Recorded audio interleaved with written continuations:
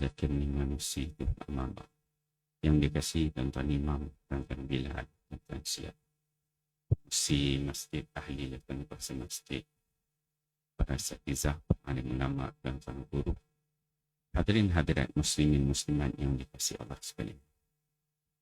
Alhamdulillah, syukur kepada Allah Subhanahu wa taala. Pada pagi Ahad ini Allah masih memberikan kesempatan kepada kita. Allah masih meminjamkan umur kepada kita untuk kita hadir sama-sama solat subuh berjemaah. Seterusnya Allah memberikan sedikit lagi kelapangan waktu kepada kita untuk kita duduk lepas subuh mendengar tazkirah kuliah subuh pada pagi ini.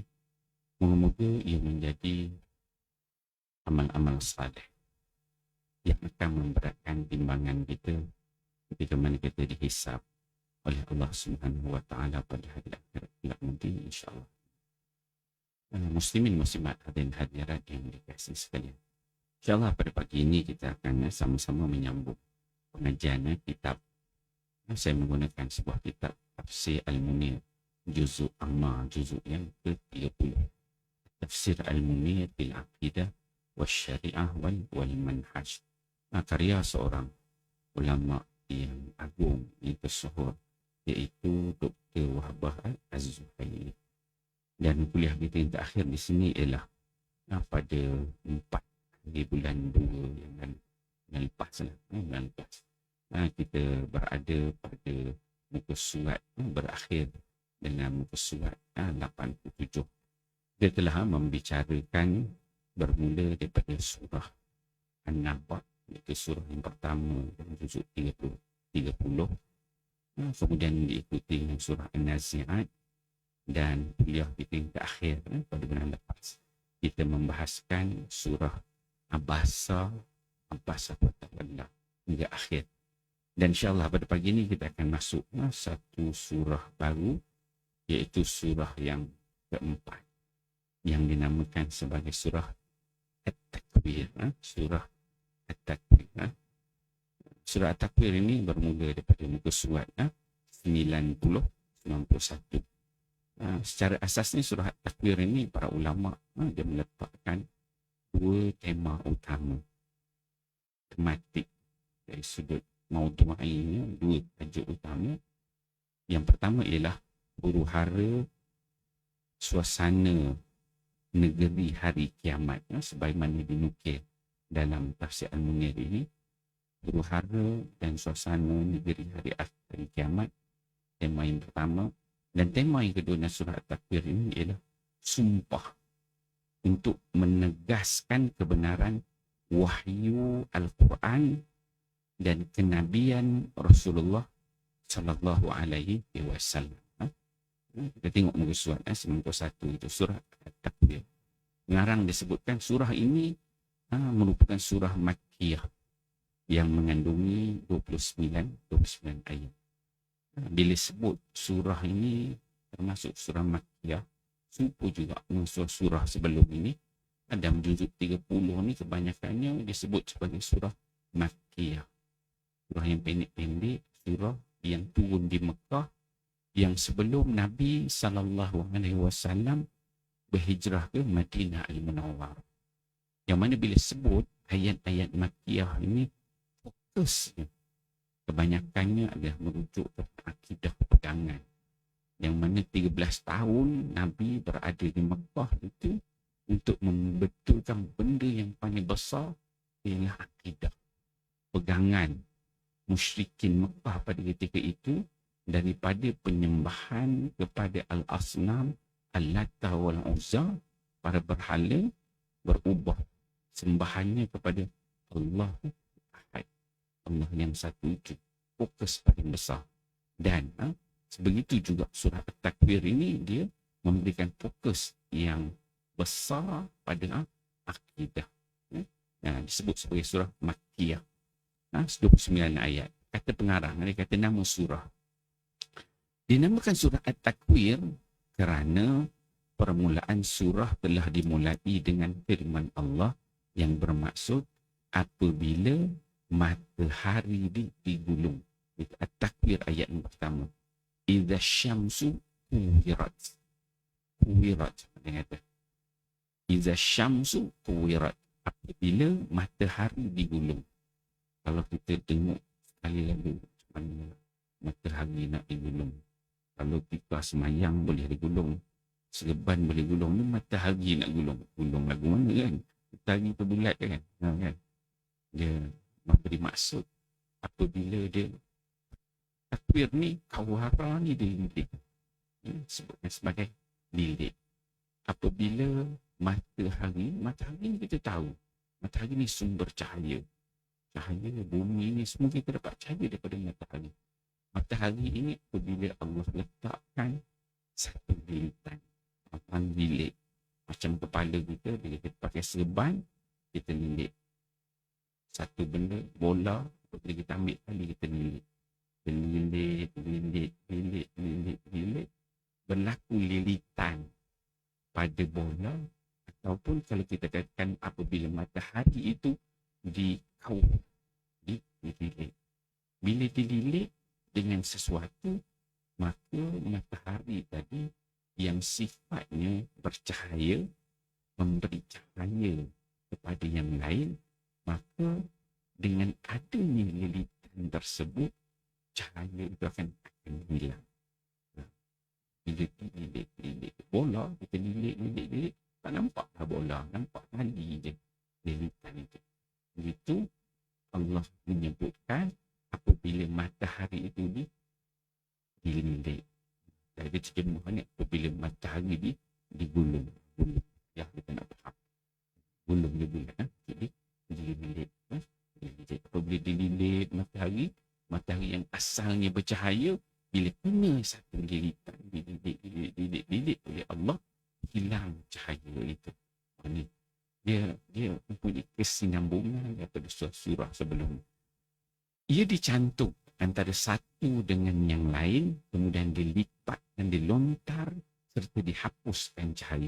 Tengok, kata pengarang, dia kata nama surah itu sendiri takwir, satu lilitan, satu gulungan pada matahari itu, dililit, dicantum antara satu dengan lain, kemudian dilipat dan dilontarkan matahari itu serta dihapuskan cahaya.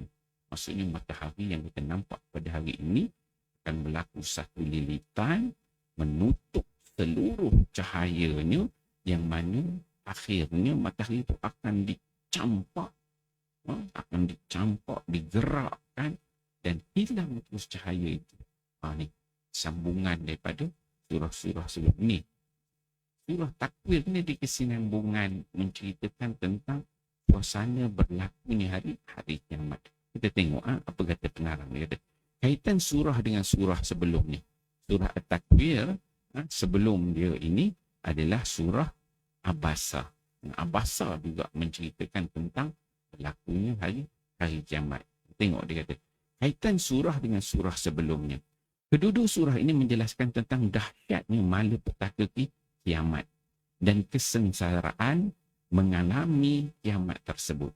Dalam surah Abasa, iaitu surah sebelum ini, yang ketiga, Allah berfirman menjelaskan perkara tersebut tentang kiamat bermula daripada ayat 33 hingga 42 kuliah kita yang lalu. Manakala dalam surah ini, surah Takwir ini, Allah menjelaskan perkara berkenaan dan ayat yang pertama hingga akhir. Maksudnya, surah At-Takwir daripada ayat pertama sehingga ayat yang terakhir, ayat 29 ni, keseluruhan surah ini menceritakan tentang berlakunya hari kiamat. Allah menyebut At-Tammah, As-Sakhah di penghujung kedua-dua surah terdahulu. Surah sebelumnya ada disebut sebagai Tammah, Sakhah, menceritakan tentang suasana keadaan hari kiamat itu. Disusuli pula dengan menyebut dua surah yang mengandungi tanda-tanda berlakunya kiamat dan juga hari itu pembalasan. Surah yang Takwir ini, dua surah seterusnya, dia isi kandungannya menceritakan tentang tanda berlakunya hari kiamat dan juga hari itu pembalasan. Sebelum kita dah sebutkan adanya tiupan sangkakala yang pertama, dan berlakunya Tuhan sangkakala yang kedua. Okey, terusnya kita tengok apa kata pengarang. Kandungan surah At-Takwir ni secara umum apa? Kata pengarang, surah ini seperti surah-surah Makkiyah yang lain adalah berkaitan dengan persoalan akidah. Memang saya sebutkan tadi. Di mana ia menegaskan perkara yang berlaku pada hari kiamat dan kemusnahan segala-galanya. Maksudnya bila berlaku kiamat, berlaku kemusnahan dunia ini. Ini yang nak digambarkan dalam surah Takwir ini. Surah ini juga menegaskan bahawa Al-Quran adalah sebuah kitab yang diturunkan oleh Allah. Dia mula dengan cerita sangkakala pertama, sangkakala kedua. Kemudian diceritakan, di hujungnya, ceritakan tentang Quran ini, wahyu Allah. Allah turun cerita dalam Quran cerita yang betul. Benda yang akan berlaku. Kemudian kata pengarang, surah ini dimulakan dengan keterangan tentang malapetaka kiamat yang dahsyat dan semua yang berlaku selepas itu, iaitu perubahan alam yang menakjubkan. Maksudnya berlakunya proses kiamat ini satu perubahan alam yang sangat menakjubkan, meliputi kejadian alam yang dilihat manusia semasa di dunia seperti langit, bulan dan bintang, bumi dan bukit bukau, lautan, binatang, ternakan, kejadian diri manusia itu sendiri. Semua ini diceritakan bila berlakunya kiamat, apa yang akan berlaku. Kata. Lalu ditunjukkan pula selepas itu neraka. Bila cerita tentang berlakunya proses kiamat itu, manusia, bukit, bukau, bumi, semua berlaku kiamat. Lepas kiamat tu, Allah tunjukkan pula. Apa pula lepas tu? Ada akhirat, adanya neraka, api neraka. Kemudian adanya syurga dengan segala nikmat-nikmat yang ada dalam syurga itu. Allah berfirman, idza syamsu sukuwirat, apabila matahari itu digulung. Kemudian surah ini berbicara pula mengenai Al-Quran. Dia ada part yang kedua dia. Tema yang kedua dia berbicara tentang Al-Quran dan juga keadaan perihal ia diturunkan oleh Allah, Quran diturunkan oleh Allah melalui perantaraan malaikat Jibril kepada Muhammad sallallahu alaihi wasallam. Surah ini juga menyebut tentang kebenaran Rasulullah sallallahu alaihi wasallam sebagai nabi dan rasul serta amanahnya baginda dalam menyampaikan wahyu Allah itu. Baginda ni dia mempunyai kelayakan yang tinggi untuk menerima wahyu, bahkan baginda pernah melihat Jibril dan rupa bentuknya yang sebenar. Diceritakan Quran, Nabi Muhammad dan juga Jibril. Kita benda tu benda benar berlaku. Kemudian surah Takwir ayat 15 hingga 25 itu disebutkan fala uqsimu bil khunnas. Sesungguhnya aku bersumpah dengan bintang-bintang. Surah ini diakhiri dengan menjelaskan kesesatan orang-orang musyrik. Di samping mengatakan bahawa Al-Quran merupakan nasihat dan peringatan bagi seluruh alam, baik manusia maupun jin yang inginkan hidayah dan mahu melakukan kebaikan. Sebenarnya kehendak hamba seharusnya mengikut kehendak Allah. Ini poin penting. Tutup daripada surah Takwir ini, Allah tegaskan kehendak hamba sepatutnya, seharusnya dia mengikut kehendak Allah. Kita ni tuan-tuan, manusia masing-masing ada kehendak, keinginan kita masing-masing. Kan? Jadi sepatutnya kehendak, keinginan kita ini, kita ikut apa yang Allah Ta'ala hendak. Bukan yang kita hendak. Lantaran itu mereka tidak harus membebaskan diri melakukan perbuatan yang tidak direstui oleh Allah. Ini fokusnya pada golongan musyrikin pada ketika itu yang tak nak ikut apa yang Nabi SAW bawa. Okey. Kemudian pengarang diletakkan tajuk apa kelebihan surah ini. Imam Ahmad, At-Tirmidzi dan Al-Hakim meriwayatkan daripada Ibn Umar, anak Sayyidina Umar Al-Khattab, itu Abdullah. Katanya Rasulullah SAW bersabda, kata Nabi, man sarrahu ayyanzura ila yaumil qiyamah ka'annahu ra'yu 'ainin falyaqra idza syamsu kuwirat idza sama'u fatarat idza sama' insyaqqat. Kata. Maksud dia apa? Barang siapa yang suka, yang nak, yang teringin untuk melihat gambaran tentang hari kiamat. Bagaimana ia berlaku. Yang mana nak melihat. Kalau kita nak tengok hari kiamat ni, kita ni duduk kat dunia, tuan-tuan. Masih di dunia. Tapi cerita tentang benda yang akan berlaku, iaitu hari kiamat. Macam mana kita nak tahu tentang kiamat ni? Maka Nabi ajar.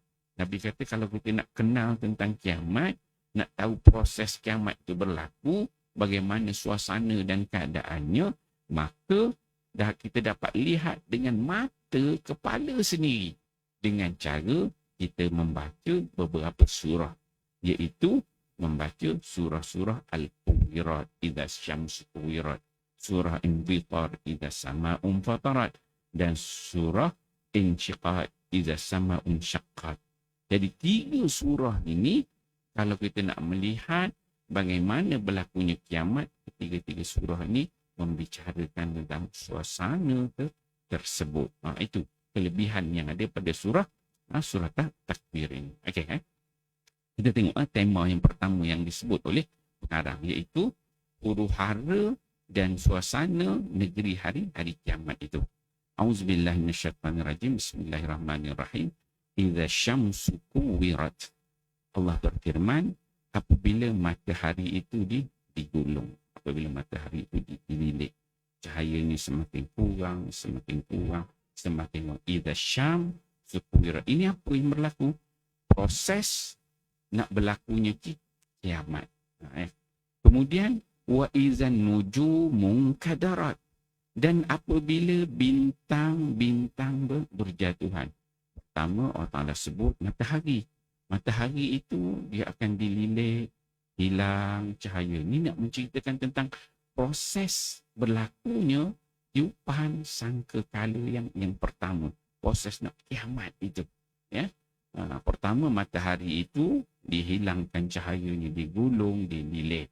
Kemudian apabila cahaya matahari itu hilang, maksudnya kita punya galaksi kita ini, sistem suria itu telah rosak. Dia kata wa idzan nujumun kadarat, dan apabila bintang-bintang itu berjatuhan, dia akan berlaku bila sistem suria itu dah hilang cahaya, tenaga, sistemnya dah hilang, maka akan dilihat bintang-bintang dia akan berjatuhan. Bintang-bintang itu akan jatuh, kata Allah Subhanahu wa taala. Wa idzal jibalu suyirat, dan pada ketika itu apa akan berlaku lagi? Gunung-gunung akan dihancurkan. Gunung yang kita nampak pada hari ini sebagai pasak bumi yang kemas, yang utuh, yang kuat, maka gunung ini akan dihancurkan, akan hancur. Itu ayat yang ketiga. Yang keempat, wa idzal aisyaru utilat, dan apabila unta-unta yang bunting ditinggalkan, tidak dipedulikan. Bila berlaku matahari dah tak ada cahaya, tengok bintang-bintang jatuh, gunung ganang hancur, ketika itu Allah Ta'ala sebut wa idzal aisyaru utilat. Unta-unta yang bunting, maksudnya masih ada lagi binatang-binatang. Dan ketika itu masih ada lagi manusia di muka bumi ini. Dan apa yang berlaku? Unta-unta yang bunting ini ditinggalkan. Kenapa disebut unta-unta yang bunting? Di Arab ini, Arab ni dia ada benda yang disayang. Antara benda yang disayang ialah unta. Unta ni kenderaan. Contoh-contohlah, kita ni ada kereta, ada BMW, ada Mercedes 7 Series kan. Kereta besar-besar beli ratus ribu, juta-juta kita beli. Itu benda yang disayangi. Jadi unta-unta ni yang disayangi. Tambahan pula, unta-unta itu yang bunting. Yang bunting yang nak beranak, yang nak mengeluarkan anak generasi seterusnya. Lagi benda yang sangat disayangi oleh orang Arab. Tetapi walaupun benda yang sangat dia sayang, sangat dia kasihi, cintai, tapi apabila berlakunya kiamat ini, Allah Ta'ala sebut, unta-unta itu akan ditinggalkan. Benda yang sayang tu dia akan tinggalkan. Tak dipedulikan lagi. Kemudian kata Allah dalam ayat yang kelima, wa idzal wuhushu husyirat, dan apabila binatang-binatang liar dikumpulkan. Sekarang ni kalau kita tengok binatang liar, dia memang berada dalam hutan. Ataupun mungkin ada dekat zoo. Tapi akan berlaku pada hari kiamat nanti kelang kabut. Suasana yang sangat mengerikan. Jadi binatang-binatang liar ni jadi terkumpul. Keluar masuk. Dah binatang pun yang namanya rimau, yang namanya singa, dia nak makan binatang lain pun dia tak berani dah, dengan kalut lari sana sini. Sebab suasana kehancuran dunia pada ketika itu. Binatang pun akan keluar berkumpul-kumpul. Mungkin masa ketika itu binatang yang tidak liar dengan liar, manusia pun kelang kabut. Dengan jin pun kelang kabut juga. Bukan manusia juga, makhluk jin pun kelang kabut. Nak berlakunya hari kiamat. Kemudian Allah Ta'ala sebut ayat yang ke-6, wa izal biharu sujirat, dan apabila lautan dia dipanaskan. Apabila lautan dia dipanaskan. Laut ini dia akan jadi panas, dan ikut kajian-kajian sains, bawah kawasan bumi ni, dalam bumi tu, dia memang ada gunung berapi. Ikut kajian-kajian, dan kepanasan tu dia akan keluar apabila lautan ni Allah panaskan.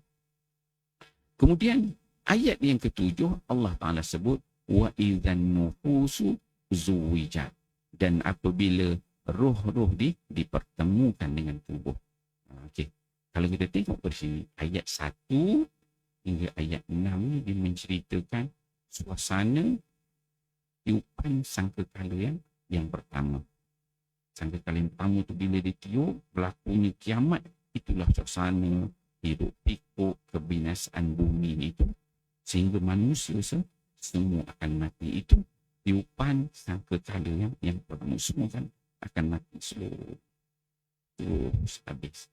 Kemudian bermula daripada ayat 7 hingga ayat yang ke-14 ni, Allah menceritakan bagaimana pula suasana selepas tiupan sangkakala yang pertama, iaitu nak berlakunya tiupan sangkakala yang kedua. Apa Allah Ta'ala katakan dalam ayat yang ke-7?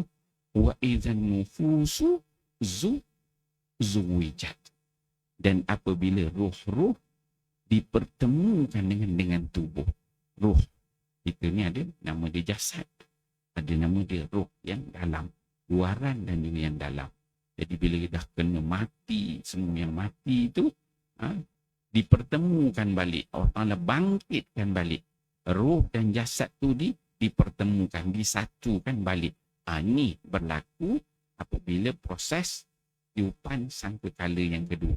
Habis dah dunia ni masuk alam akhirat, dibangkitkan.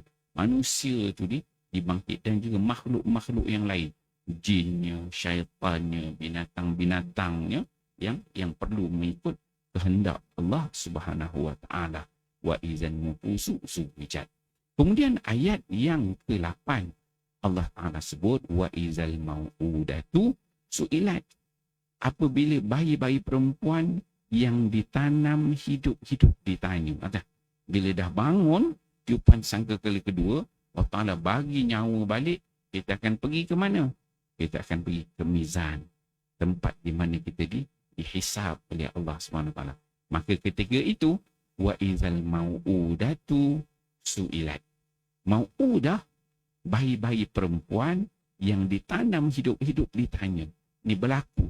Ini ayat ni dia fokus pada musyrikin Mekah. Orang musyrikin Mekah ni dia ada perangai, dia malu. Malu kalau dapat anak perempuan. Kita hari ni dapat anak, alhamdulillah, syukur. Laki ke perempuan, alhamdulillah, rezeki Allah Ta'ala bagi. Ada orang kahwin bertahun-tahun tak dapat anak, tuan-tuan. Tapi Arab ni, yang katakan Arab jahiliah ni, kalau dia dapat anak perempuan sangat memalukan. Sebab apa? Sebab zaman jahiliah ni, zaman orang jahil, perempuan ini dia tak ada nilai di sisi orang Arab. Kalau dapat anak perempuan ni, benda sangat memalukan, sangat tidak menggembirakan. Sebab dia tahu perempuan pada zaman jahiliah tu dia tak ada nilai, yang ada kebanyakannya pelacur-pelacur.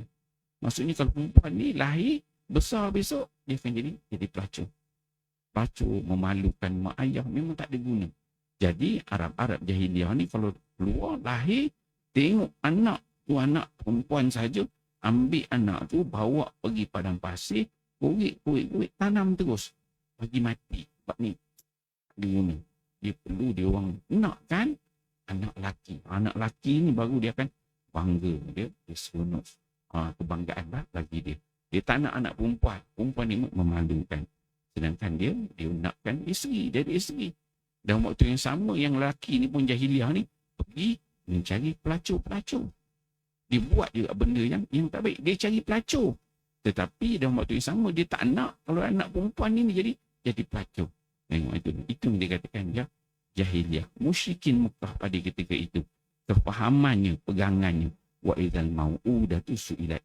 Maka Allah Subhanahu wa taala setelah dibangkitkan manusia dikumpul, maka bayi-bayi perempuan yang ditanam hidup-hidup ni Allah Subhanahu wa taala bangkitkan balik. Kamu musyrikin Mekah, dulu kamu tanam hidup-hidup, ni aku hidupkan balik bayi-bayi ni. Dan Allah tak tanya. Allah tak tanya kepada bapa-bapa dia yang tanam. Dia tak tanya. Allah tak tanya kepada bapaknya, kenapa kamu tanam anak perempuan kamu yang kecil itu. Allah Ta'ala tak tanya pada bapa. Tapi Allah tanya pada ketika itu terus direct kepada bayi itu. Dan apabila bayi-bayi perempuan yang ditanam hidup-hidup itu ditanya. Apa yang ditanya ialah bi'ayyi zambin qutilat. Kerana dosa apakah dia dibunuh. Di suasana pada hari kiamat itu, mulut kita, kita lah bagi orang lelaki, ayah-ayah ni, Allah Subhanahu wa taala sebut al-yawma nakhtimu ala afwahihim. Ketika hari akhirat tu, Allah Ta'ala tak nak dengar daripada mulut kita bercakap. Allah Ta'ala akan kunci, Allah Ta'ala akan bateri mulut kita.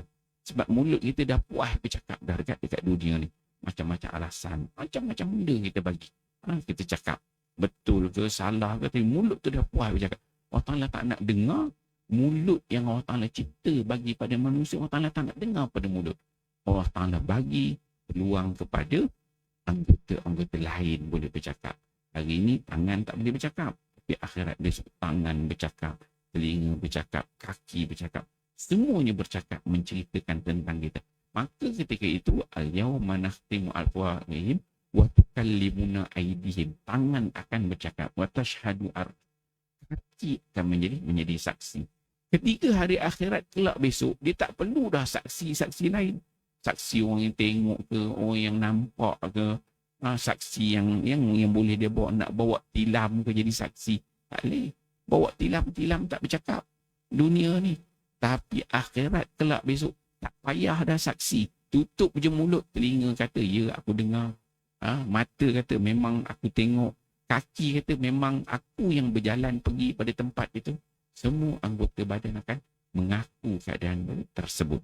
Maka bayi-bayi ini Allah Ta'ala sebut, dia akan ditanya, dihidupkan, ditanya balik, bi'ayyi zambin qutilat. Kenapa kamu dulu dibunuh? Walaupun dia tanya bayi, tapi sebenarnya tembak kepada bapa yang pergi tanam anak itu hidup-hidup. Ini yang berlaku pada musyrikin Mekah pada ketika itu. Kemudian ayat yang ke-10, Allah Ta'ala sebut, wa idza suhufu nusyirat. Dan apabila catatan-catatan amal perbuatan manusia dibuka. Pada ketika itu kita akan ada as-suhuf disebut oleh Allah. Suhuf, buku catatan.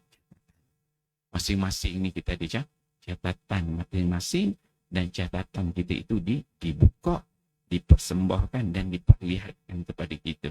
Ada benda yang boleh kita sembunyikan. Sekecil-kecil misqala dzarrah, paling kecil akan Allah Ta'ala tulis, paling besar lagi lepas dia akan ditulis. Tak ada apa yang boleh kita nak sembunyikan. Mungkin kita duduk di dunia ni macam-macam benda kita boleh sembunyi. Ada benda kita sembunyikan daripada suami, ada benda kita sembunyi pada isteri, pada anak-anak, mak ayah, kawan, rakan. Tapi akhirat pula besok tak ada. Semua catatan itu Allah akan buka. Ada semua ni. Jadi bila kita tengok wa idza suhufu nusyirat, buku catatan amalan manusia itu dibuka oleh Allah Subhanahu Wa Taala untuk dinilai. Kemudian kata Allah ayat yang ke-11, wa idza sama'u kusyitat, dan apabila langit dilenyapkan. Tak ada dah masa zaman tu, akhirat tu dia pakai langit. Dia kata wa idzal jahimu su'irat, dan apabila neraka jahim itu dinyalakan. Terus dinyalakan api-apinya. Kemudian disebutkan oleh Allah lagi ayat yang ke-13, wa idzal jannatu uslifat, dan apabila syurga didekatkan. Maksudnya apabila satu tadi buku catatan dibuka di depan orang tersebut dan dinilai perbuatan baik dan perbuatan buruknya. Kemudian wa idzal jahimus su'irat, yang mana banyak buat dosa masuk dalam neraka Allah, akan dihisab ikut perkiraan Allah yang sepatutnya. Kemudian wa idzal jannatu uslifat, kemudian syurga pula didekatkan bagi orang yang baik, yang buat amalan baik akan dimasukkan dalam syurga Allah Subhanahu Wa Taala. Kemudian ayat yang ke-14 Allah Taala sebut alimat nafsum ma ahdarat. Pada ketika itu maka setiap orang akan sedar, yakni insaf tentang apa yang telah mereka kerjakan. Ini suasana selepas suasana tiupan sangkakala yang kedua. Selepas tiupan sangkakala yang kedua. Jadi daripada ayat 7 sampai ayat yang ke-14 menceritakan tiupan sangkakala yang kedua. Inilah prosesnya yang berlaku. Dan ayat ini ayat Makkiyah. Khitabnya ditujunya kepada musyrikin Mekah. Bagi tuan-tuan lah yang dengar ni, kita ni orang dah beriman. Tuan-tuan ni muka bercahaya semua, kita dah ada keyakinan. Tetapi kalau ayat ini dibacakan kepada orang musyrikin, orang kafir, lain tuan-tuan. Dia dengar satu benda yang ni bukan alam dunia, kan akhirat. Berlakunya kiamat, berlakunya sangkakala. Amal-amal aku ni akan dihisap oleh Tuhan. Ada Tuhan namanya, Tuhan Allah. So dia punya feel touching dia lain. Apa bila dia dengar oleh orang-orang musyrikin. Bagi kita yang dah beriman ni, dia sebagai dengar peringatan. Okey, itu tema yang pertama. Huru-hara dan suasana pada hari kiamat.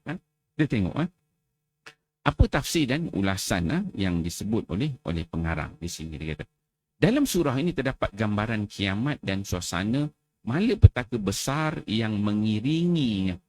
Gambaran ini adalah untuk menunjukkan kehebatan kiamat serta menimbulkan rasa takut dan gerun kepada manusia. Jadi apa maqasid? Apa tujuan bagi kita orang yang dah beriman? Bila kita baca ayat ini, apa yang perlu kita fahami, kita dapat melihat itulah dia gambaran hari kiamat yang akan berlaku. Dia satu suasana malapetaka yang sangat besar untuk menunjukkan kehebatan Allah melakukan berlakunya hari kiamat itu, dan kita ini sebagai manusia agar ada rasa gerun, ada rasa takut dengan suasana tersebut. Dan kita memikirkan diri kita ni, apalah amalan-amalan aku yang akan kita bawa persembahkan depan Allah. Wa idzas suhufu nusyirat. Wa idzas suhufu nusyirat. Apabila buku catatan kita itu dibentangkan di depan Allah Subhanahu Wa Taala, kita dapat tengok semua amalan kita. Kalau kita tengok ayat ini, dia disebut wa iza. Perkataan iza ini kita akan dapat lihat bermula daripada ayat yang pertama sampai ayat yang ke-13. Sampai ayat yang ke-13. Wa iza. Menunjukkan kepada kita satu proses yang berlaku. Terus berlaku lagi. Proses kiamat itu. Proses berlakunya tiupan sangkakala pertama dan tiupan sangkakala kedua, sehingga kita dihisap oleh Allah. terus menerus berlaku. Okey. Kemudian kata pengarang ni kata, firman Allah Subhanahu Wa Taala yang bermaksud apabila matahari itu digulung, idza syamsu kuwirat, katanya, dan apabila bintang-bintang berjatuhan, apabila gunung ganang dihancurkan. Ayat 1 hingga ayat 3. Kata pengarang dia kata, maknanya apabila dilipat matahari itu, dicantumkan sebahagian dengan sebahagian yang lain seperti melipat kain serban. Maksud pengarang disebut sini seperti serban itu dilipat. Menghimpunkan pakaian dengan pakaian yang lain. Satu pakaian tu dihimpun satu. Kalau kita tengok, kita ada bintang, kita ada matahari. Dan bintang ini dia merupakan matahari kepada setiap bima sakti. Semua benda ni Allah Ta'ala akan kumpul jadi satu. Banyak bintang-bintang dekat langit sana kita nampak. Allah Ta'ala ambil semua sekali, longgok sekali. Dilipat, disusun. Itu disebutkan. Menghimpunkan pakaian dengan pakaian yang lain. Kemudian dibuang.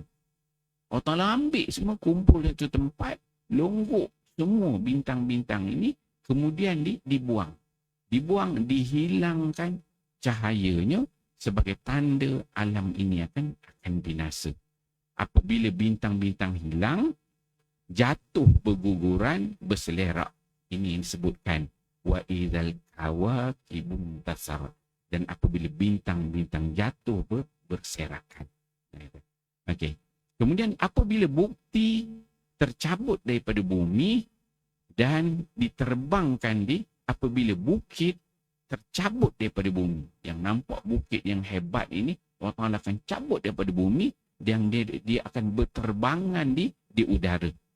Ketika mana? Ketika berlakunya dunia ini keguncangan. Maksudnya, kiamat tu dia akan layu. Dia bukit ni dipasak kepada bumi. Wal jibala autada, Allah Ta'ala sebut. Jibal ini, bukit ni, Allah Ta'ala cipta dia jadi pasak kepada bumi. Pasak ni, dia macam paku lah. Tuan-tuan, kita bila bina rumah kayu, dia ada paku tu. Antara satu part dengan satu part. Bayangkan rumah kayu kita, yang mana ada ratusan ribuan paku rumah kayu kita semua tu dicabut. Apa berlaku pada rumah tu? Kan? Dia nak lerui lah. Dia hancur kan? Berlaku goncangan. Begitulah bukit wal jibala autada, bukit itu Allah cabut, maka dunia ni dia akan gegar, bergoncang, seperti mana Allah Ta'ala sebut wasuyiratil jibalu fakanat sarab. Itu disebut surah An-Naba sebelumnya. Dia disebutkan gunung ganang berterbangan dan berubah menjadi fatamorgana. Juga pada tempat lain Allah Ta'ala sebutkan dalam surah Kahfi ayat 47 Allah Ta'ala sebut wa yauma nusayyirul jibal wa taral arda barizah. Dan ingatlah hari di mana kami gerakkan gunung ganang dan kamu akan lihat bumi itu sebagai daratan. Itu Allah sebutkan. Kemudian firman Allah Subhanahu Wa Taala, dan apabila unta-unta yang bunting ditinggalkan, unta-unta yang bunting ditinggalkan, tak dipedulikan.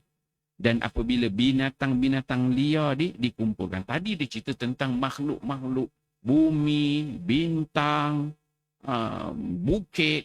Kemudian Allah Ta'ala pergi kepada makhluk yang berbentuk binatang. Binatang bagaimana? Satu binatang yang cukup disayangi, unta-unta. Kemudian disebut dengan binatang yang liar.